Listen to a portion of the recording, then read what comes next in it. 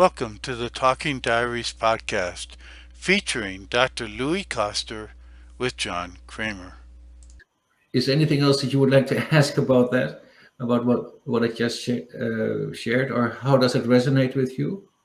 Well, Like when you wake up in a mood and you find yourself in the middle of it, and you think, "Oh my God."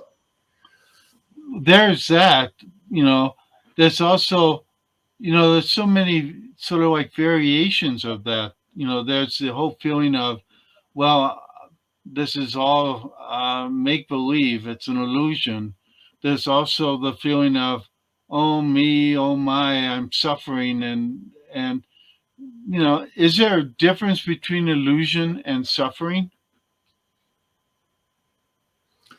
Well, an illusion, that is an insight that it is not real, but still it shapes the experience of your life, and that Right. is um, uh, what we're dealing with here. Like that is the power of an illusion.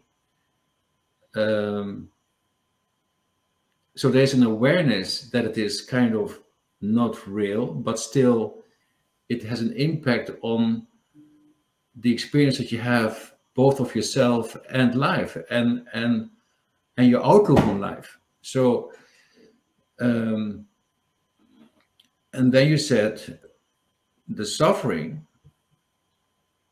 Which and seems a different character. I mean, I would think that how I experience illusion and how I experience suffering are certainly a different degree, if not a completely different sort of character. so what I found out, or like in my experience, Right. the suffering is usually the mind uh, bringing up thoughts, or there is the arising of thoughts that say something about me as a person. Like they seem to speak to the idea of who I am, that then I identify with. So I'm speaking about diminishing thoughts, thoughts that are criticizing, thoughts but if you look at it, they they are thoughts that speak to you,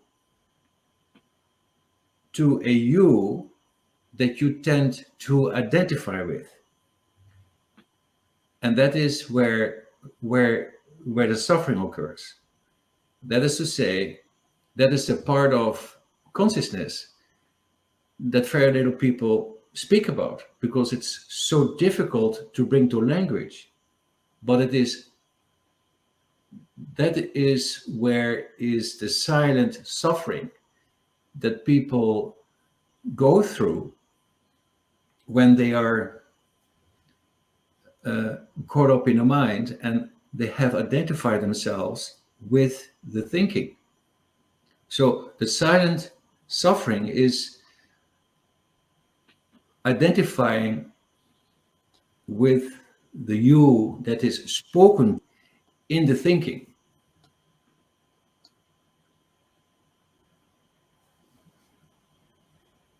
And so that is where the mind really has a hold on on on you, so to speak, because that is the part of that we rather don't want to be with when that happens. And interesting enough, the more attention you give to that, the more it grows. So that part of consciousness, I call that the weed of consciousness. The more you give that attention, these what some people call a negative self-talk, but it is actually it that is a description. But what actually happens is that the thinking throws out stuff, and usually with the character of an outrage. So it speaks to a you that then you identify with. So you take it on, so to speak. Right. And that is what gives the sense of feeling miserable, feeling deflated, or and and the tendency, of course, is to shy away from that or to resist it. But the outcome of that is that it only becomes bigger.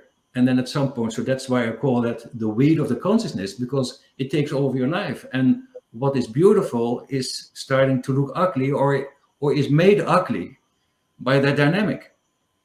So the question is how to get out of it, how to step out of that. Is that what you're talking about when you talk about suffering? Yes, but part of it, what the question was basically that there seems to be a difference between suffering and illusion, although they're both sort of part of the same phenomenon. I mean, both suffering and illusion is a result of you buying into something, you buying into the thoughts, the ownership of the problem, or the ownership of the illusion, I guess.